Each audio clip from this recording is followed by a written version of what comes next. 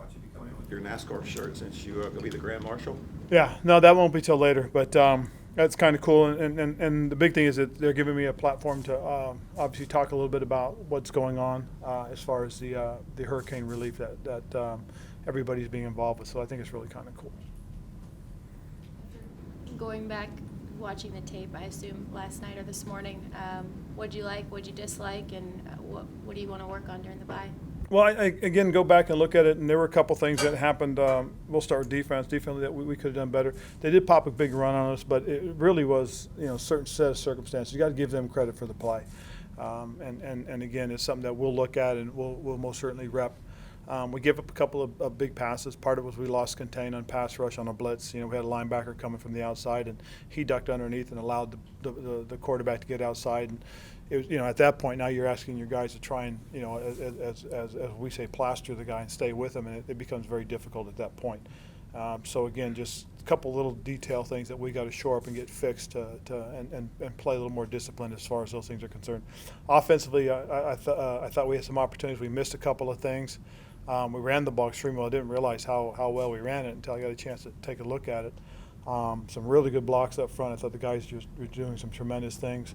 I thought Christian showed his ability to run the ball inside and outside, some great burst and quickness through the holes. The quarterback continues to be very efficient. Very pleased about that. For the most part, a lot of good things. Special teams-wise, I thought our guys were solid. Protection was good up front. Both punters and kickers did their job. And again, JJ, be mad if I didn't mention him. I thought JJ snapped the ball well. This offensive line, obviously, now that you see the run game getting going, they're clearly finding a rhythm with each other. The first week to second week, it's kind of remarkable that they've kept Cam's jersey pretty dang clean. Yeah, they have. And again, a lot of it has to do with the fact that, I think when you look at the things that we prepared and the way our guys are approaching it, especially during the week, we get a chance to see it. I know it's hard for you guys to see, but, we get a chance to see it every day and really appreciate the work that's being put in. And some of the things, too, you got to also commend, things that were happening with the tight ends, the way they're helping with the protection and, and then kind of the job Alex Arma has done as the fullback. So there's a lot of good things that are going on in terms of the protections that we're using, the run plays that we're using, the run blocking schemes.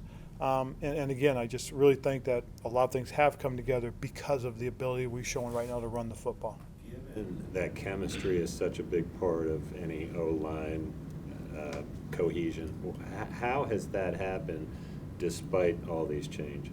Well, I think the biggest thing is the guys that have changed are guys that have been here for a couple of years, with the exception of Chris. But you take a 7-year veteran guy that's been in systems, that understands what it takes, and he assimilates very well and very quickly to the culture that's in their room, that the culture's in our locker room. I think things are going to work out. It's kind of reminiscent of the 2015 season when we brought in a number of guys and how they assimilated very well and very quickly to the way we did things. I think that's important, and I think that's why you see the cohesion, because again, every guy that has started, again, with the exception of Chris for us this year, has been here at least a full year going into their second season. So I'm very pleased about that. How would you assess the start of Cam's season compared to past seasons? I think very consistent is a good word for it. His play has truly matured, and by that I mean he's learning to take what's being given. In the past he may have tried to force some things downfield. He was a little high early in the game, and then once he kind of got the ball down and went through his reads quickly, he was getting the ball where it needed to be thrown. It was very efficient that way. And then the decisions he's making in terms of some of the zone read stuff that we do, on whether or not to hand the ball off or keep it. And again, he's done a great job with that. Is this, when you see Cam playing this way, do you think this is why you brought Norv in? It's Yes. almost working. Well, and again, not just Cam, but some of the different things that we're doing in terms of personnel groupings, the way we're looking for matchups. I think those things are important. That we have a guy that really gives us a different perspective and a different way of looking at things, and that's probably the biggest thing that was behind what I did. Cam said come hell or high water he was going to get that fumble yesterday. Yes. How much did what happened in the Super Bowl 50 bother I don't think you? it has anything to do with it. Again, it's a different set of circumstances, a different year. I'm not going to go back to that. Ron, given how few passes you guys intercepted last year, and just in general getting your hands on the ball, how big has Dante's kind of sudden emergence been? I think that's been part of it, but I think a big part of it too is in the games that we've gotten the takeaways, we've been able to get early pressure on the quarterback, and I think that disrupts a lot of the timing. I think we're a little more physical at the point of attack with the receivers. I think some of the things that we're doing differently in terms of the types of coverages we're playing. We're mixing the coverages up a lot more. I think I think we've given our guys a little bit more tools to use in terms of whether they're pressed, whether they're bailing, whether they're flat foot reading, all these different type of techniques that we're using. And I think both Richard and Jeff have done a nice job emphasizing that with our guys. I think that's part of it too. It's the room's a little bit different, obviously, but I think a big part of it has been the different type of play calling. I mean, it's completely different. I mean, last year we started off with a lot of sacks, a lot of pressure with Steve blitzing. I think this year we're even more so. I think we're a little bit more multi-front, if you will. If you look at some of the stuff that we did defensively with our front line. Ron, you mentioned last week that you were impressed with the way the receivers were running their routes hard. What did you like about the way they played yesterday? Same thing. It's funny because when a runner pops a long run, it's also got something to do with the second level blocking. When you get a chance to see the tight ends and the wide receivers blocking downfield, that's huge, and that's a big part of why we had success running the ball. And again, if we can continue to get that kind of production from those guys, not just catching the ball and running good routes and running hard routes. Part of it about running a hard route is not necessarily if you're always the intended receiver, but what you mean to the rest of the route. If you're ripping through the formation, the defensive formation, and guys see that and they're jumping you, and that's going to open it up for somebody else. And so that's why it's important to practice at a high level so you can play at that same high level. Is that also your reasoning here? Is that also why a part of the reason why sometimes Torrey Smith's value to the big picture gets overlooked a little bit? Absolutely, we saw that very first one when we threw the 9 route at the very beginning. Again, it's sometimes coach has an idea. Norv has something in mind, and he stuck to it, threw it deep, and I think it opened up some things underneath, and before you know it, we're running the ball very well. How would you assess the play so far of the two young corners? I think it's been very good. I think the thing that's been exciting is that when you watch James, he's taken to the challenge of being lined up on the big number one receivers that he's seen in the last few weeks. I think Dante is a young guy who's plays with some bravado. He knows how quick he is. He plays to that. I think he's created some opportunities for us.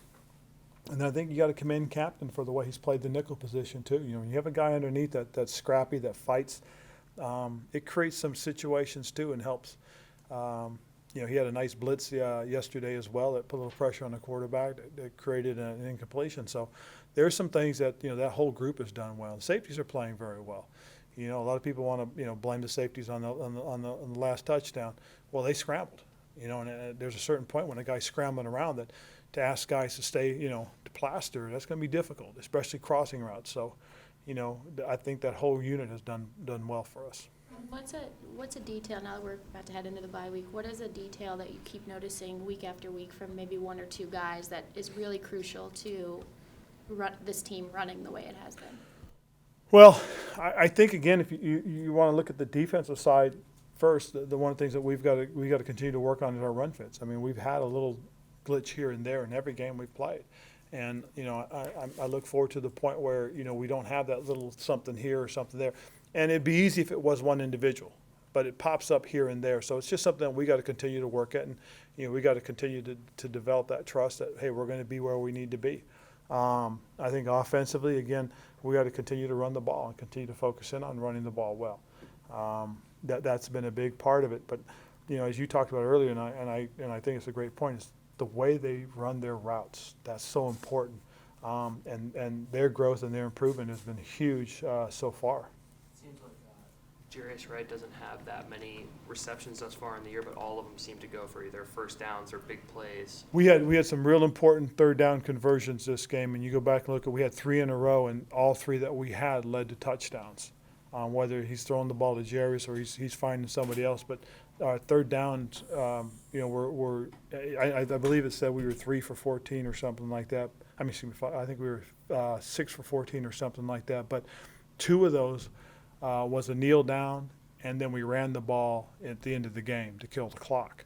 You take those away, and I think we're right at 55%. So there's some real important things that are happening at third down, and we are getting it from the slot guy, whether it is Jarius or it's DJ when we bring him in. But Jarius has been solid for us, and a lot of his catches have been big conversions for us. Ron, what are your thoughts on having the earliest possible bye after just 3 games? Ideally, would you prefer to have a bye week later in the season? Yeah, I would like to have one probably 3 or 4 weeks from now, but it also came at a good time for us with everybody nicked up the way they are. Nice thing is we do have a Thursday night game a few weeks after that, about 6 weeks, I think, and that's kind of a mini bye. We'll play on a Thursday night, and then we'll excuse the guys and give them a chance to get a good little break. So I kind of think that it works out because the Thursday night comes at a good spacing between the beginning with this early bye.